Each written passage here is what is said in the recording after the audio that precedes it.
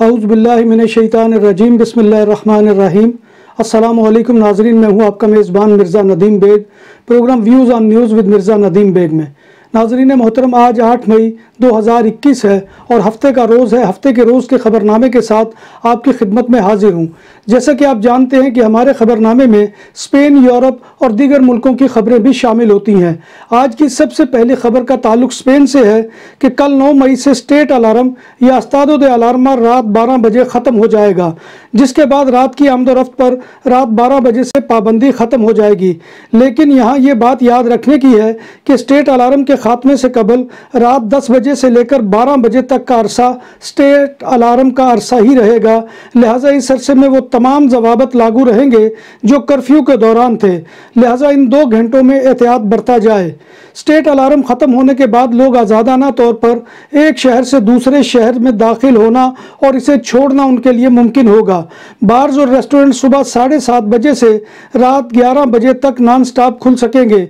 रात का खाना भी रेस्टोरेंट 3% इंडोर और 100% आउटडोर गुंजाइश के साथ पेश कर सकेंगे। खेल और सकाफती सरगर्मियों का दौरानिया भी बढ़ाकर रात 11 बजे तक कर दिया गया है। खाने और कमर्शियल सेंटर भी रात 10 बजे तक खुल सकेंगे और ग्राहक 30% गुंजाइश के साथ दुकान में दाखिल हो सकेंगे। अभी रात को 24 घंटे की दुकानों के खुलने का कोई नोटिस जारी नहीं हुआ, लेकिन अवामी इज्तिमात या दोस्त अहबाब की बैठक के लिए 6 अफराद की पाबंदी जूं की तू रहेगी। इस सब के बावजूद अवामी मकामात पर मास्क की पाबंदी बरकरार रहेगी और 1.5 मीटर का सोशल डिस्टेंस को भी बरकरार रखना लाजिम होगा। मजहबी इबादत गाहों में 50% अफराद को दाखिले की इजाज़त होगी। अगर बॉर्डर खुले हों तो मुल्क से दूसरे मुल्क भी जाया जा सकेगा।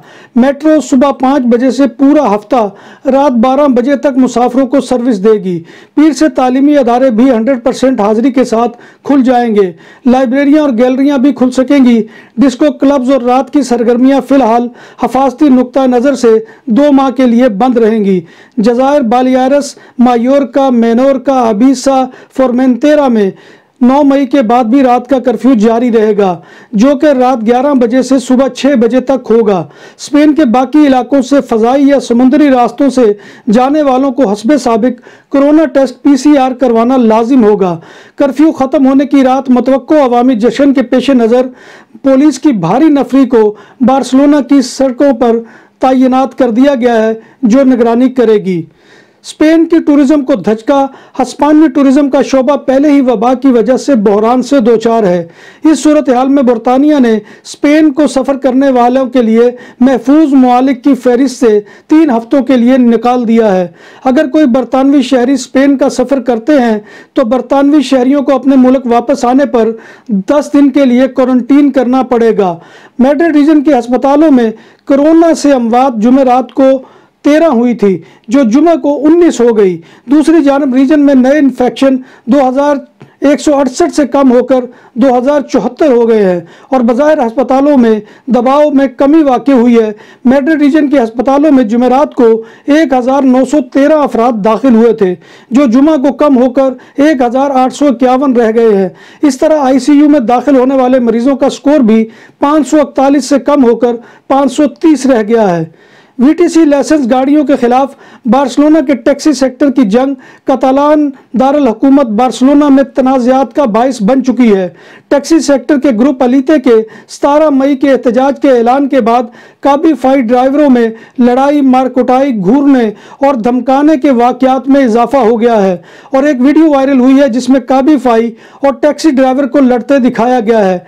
टैक्सी ड्राइवर का मौक़िफ़ है कि उनकी इस सेक्टर में अच्छी खासी इन्वेस्टमेंट है और टैक्सी लाइसेंस हासिल करना भी बहुत मुश्किल काम है और इस सूरत हाल में काबीफाई और ऊबर उनके लिए नाकाबिल बर्दाश्त हैं और वबा की वजह से इस सेक्टर का भी कोई पुरसाने हाल नहीं रहा है। स्पेन की नेशनल पुलिस ने स्पेन के शहर दिनाया में पड़ोसी के बाथरूम में मिनी जासूसी कैमरा लगाने के इल्ज़ाम में एक 42 साला शख्स को गिरफ्तार कर लिया।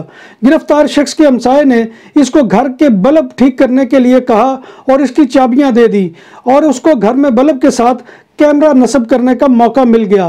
पुलिस ने मुलजिम को गिरफ्तार करके जेल भिजवा दिया है।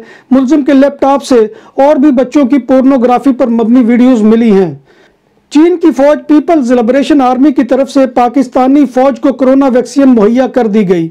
ये वैक्सीन चीन की फौज के ताउन से तैयार की गई है। ये वैक्सीन सेंट्रल मिलिट्री कमीशन की मंजूरी के बाद पाकिस्तानी फौज को दी गई है। भारत में गुज़िश्ता 24 घंटों के दौरान कोरोना के 4,14,188 नए केसेस की तस्दीक हुई है, जिसके बाद पिछले एक हफ्ते में सामने आने वाले नए केसेस की मजमूई तादाद 1.5 मिलियन से तजावज़ कर गई है। इस मुल्क में वायरस की तादाद अब तकरीबन 2.5 करोड़ हो गई है। जुमा को मुल्क भर में 3,915 अमवात भी रिकॉर्ड की गई, जिसके बाद हलाक होने वालों की मजमूई तादाद 2,34,083 हो गई है। भारत में कोरोना वायरस की दूसरी लहर के नतीजे में लॉकडाउन के सबब रोजगार की सूरत हाल भी इंतहाई तशवीशनाक हो गई है। माह अप्रैल में बेरोजगारी की शरह बढ़कर 8% तक जा पहुंची है, जो पिछले 4 माह के दौरान सबसे ज्यादा है। ताज़ा तरीन रिपोर्ट में कहा है कि कोविड-19 की दूसरी लहर के नतीजे में लॉकडाउन के सबब अप्रैल के महीने में ही 75 लाख से ज्यादा अफराद बेरोजगार हो गए हैं। अगर भारत में मुकम्मल लॉकडाउन लगा तो बेरोजगारी में होश रबा इजाफा हो जाएगा। माहिरीन का कहना है कि भारतीय मईशत का बहुत कुछ इन्हिसार इस बात पर होगा कि मुल्क कोविड-19 की दूसरी लहर पर कितनी तेजी से काबू पाता है। जब बात हो 100% हलाल खानों की तो एक ही नाम, आदल तंदूरी रेस्टोरेंट। बार्सिलोना में मेहमान नवाजी का पहला नाम आदल तंदूरी रेस्टोरेंट। बर्रे सगीर के रवायती हलाल खानों का मरकज, ग्रिल तंदूरी रोस्ट, चिकन और मटन टिक्का, सब्जियां और तड़के वाली दालें, रसमलाई और फालूदा। कारी अब्दुर्रहमान की फखरिया पेशकश गरीबो अमीर के लिए। बार्सिलोना के कल्ब में वाक़े आदल तंदूरी रेस्टोरेंट का ये इस्ते नंबर 9 नेज़्द दरासाना हॉस्पिटल बार्सिलोना। बरतानवी दफ्तर खारजा के एक बयान के मुताबिक दुनिया का सबसे बड़ा कार्गो जहाज बरतानिया में बेलफास्ट रवाना हो रहा है, जिस पर इंडिया में कोरोना बहरान से निपटने के लिए इमदादी सामान मौजूद है। इत्तलात के मुताबिक इस पर 3 18 टन ऑक्सीजन जनरेटर और 1000 वेंटिलेटर्स मौजूद है। हर ऑक्सीजन जनरेटर 500 लीटर ऑक्सीजन फी मिनट पैदा करने की सलाहियत रखता है और 40 फुट शिपिंग कंटेनर जितना बड़ा है। ऑस्ट्रेलिया ने ऐलान किया है कि वो इंडिया में फंसे अपने शहरियों को निकालने के लिए 15 मई से परवाज़ों का आगाज़ करेगा। ऑस्ट्रेलिया के वज़ीर आज़म स्कॉट मॉरिसन ने इन शहरियों की वतन वापसी पर पाबंदी आयद कर दी थी, जो इस वबा के दौरान इंडिया में फंस कर रह गए थे। इनके इस फैसले पर मुल्क में बहुत तनकीद हुई, जिसके बाद उन्होंने अपना ज़हन तब्दील कर लिया और अपना पुराना फैसला वापस ले लिया। रूस के सदर व्लादिमीर पुतिन ने कहा है कि स्पुतनिक वैक्सीन उतनी ही काबिल भरोसा है जितनी कि रूस की बनी हुई कलाशनकोव। ख्याल रहे कि कलाशनकोव सोवियत यूनियन के दौर की ईजाद करदा एक ऐसा हथियार है जिसे आज तक बड़ी मकबूलियत हासिल है। पाकिस्तान में इस हथियार को अफगान जंग के कल्चर के तौर पर भी देखा जाता है। बॉलीवुड अदाकारा अनुष्का शर्मा और उनके खामद इंडियन क्रिकेटर विराट कोहली ने इंडिया में कोरोना वबा की रोकथाम के लिए 2 करोड़ रुपए अतिया किए हैं। फ्रांस के वजीर दाखिला जेराल्ड रोमाना ने मुल्क में आबाद गैर मुल्कियों और परागज़िनों को खबरदार करते हुए कहा है कि फ्रांस में अमन व अमान के खिलाफ जराइम और इंतहा पसंद समझे जाने वाले गैर मुल्की और पनागज़िनों से उनका रिहायशी इजाज़तनामा वापस ले लिया जाएगा। उन्होंने बताया कि गुज़िश्ता 3 महीनों के दौरान 147 पनागज़िनों में से उनका रेफ्यूजी स्टेटस या पनागज़ीन का हैसियत जो है वो वापस ली जा चुकी है। इस्लामाबाद में तयन बरतानवी हाई कमिश्नर क्रिस्टन टर्नर ने रमज़ान के महीने में सबको याद दिलाया है कि सफाई निसफ़ ईमान है। हाई कमिश्नर क्रिस्टन टर्नर ने अपने वार्निंग वॉक में वो कूड़ा जमा करते हुए दिखाया गया है जो लोग वहां पर फेंक जाते हैं। उन्होंने ऐसा पहली बार नहीं किया। 30 अप्रैल को भी इसी तरह उन्होंने मारगला की पहाड़ियों से कचरे के 2 बड़े बैग जमा किए थे। डॉक्टर सना रामचंदू पहली हिंदू लड़की है जिसका नाम सेंट्रल सुपीरियर सर्विस CSS के इम्तिहान में कामयाबी के बाद पाकिस्तान एडमिनिस्ट्रेटिव सर्विस साबका डिस्ट्रिक्ट मैनेजमेंट ग्रुप या DMG में तजवीज़ किया गया है। इम्कान है कि उन्हें इब्तदाई तौर पर असिस्टेंट कमिश्नर के ओहदे पर तैनात किया जाएगा। मौरख लिखेगा कि भारत मर रहा था और मोदी बांसुरी बजा रहा था। भारत में तारीख के बदतरीन वबाई बहरान के दौरान मोदी हुकूमत के ज़ाती आराम और आसाइश को तरजीह देने पर अमरीकी नशरियाती अदारे ने एक रिपोर्ट तैयार की है। रिपोर्ट के मुताबिक दिल्ली में भारतीय पार्लियामेंट की इमारत की मुरम्मत और बहाली और वजीर आजम के अपने दफ्तर की तामीर का $2.25 अरब से ज़्यादा लागत का तामीराती मनसूबा जारी रखने पर अवाम में शदीद गम गुस्सा पाया जाता है।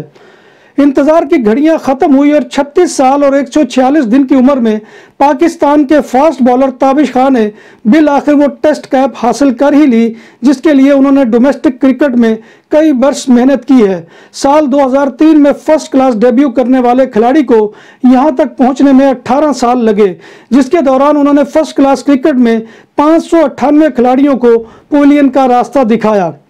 बार्सिलोना में हस्सान ड्राइविंग स्कूल, हस्सान फार्मासियोन टैक्सी के ज़ेरे तमाम टैक्सी का लाइसेंस करने वाले तलबा में अक़सात तकसीम करने की तकरीब हुई, जिसमें इम्तिहान पास करने वाले तलबा को कामयाबी के सर्टिफिकेट प्रोफेसर मुश्ताक, सुफियान यूनुस और शहजाद अकबर वड़ैच ने दिए और उनको मुबारकबाद दी। इस मौका पर शुरका को इफ्तार डिनर भी दिया गया।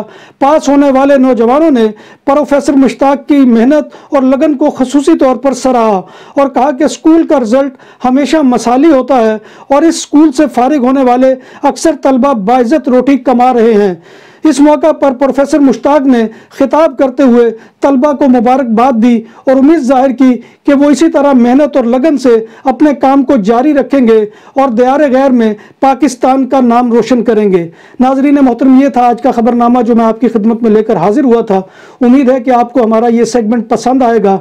आपसे गुजारिश यही है कि आप हमारे चैनल BBC अपडेट TV को सब्सक्राइब करें, इसके प्रोग्राम को लाइक करें, कमेंट करें और बार्सिलोना, स्पेन, यूरोप और दूसरे मुल्कों की खबरों से बाखबर लेने के लिए हमारा चैनल देखते रहिए और कमेंट बॉक्स में आकर कमेंट करना मत भूलिए, क्योंकि आपका कमेंट करना हमारी मेहनत का सबसे बड़ा इनाम और हमारी इज्जत अफजाई और हौसला अफजाई का सबसे बड़ा जरिया होता है।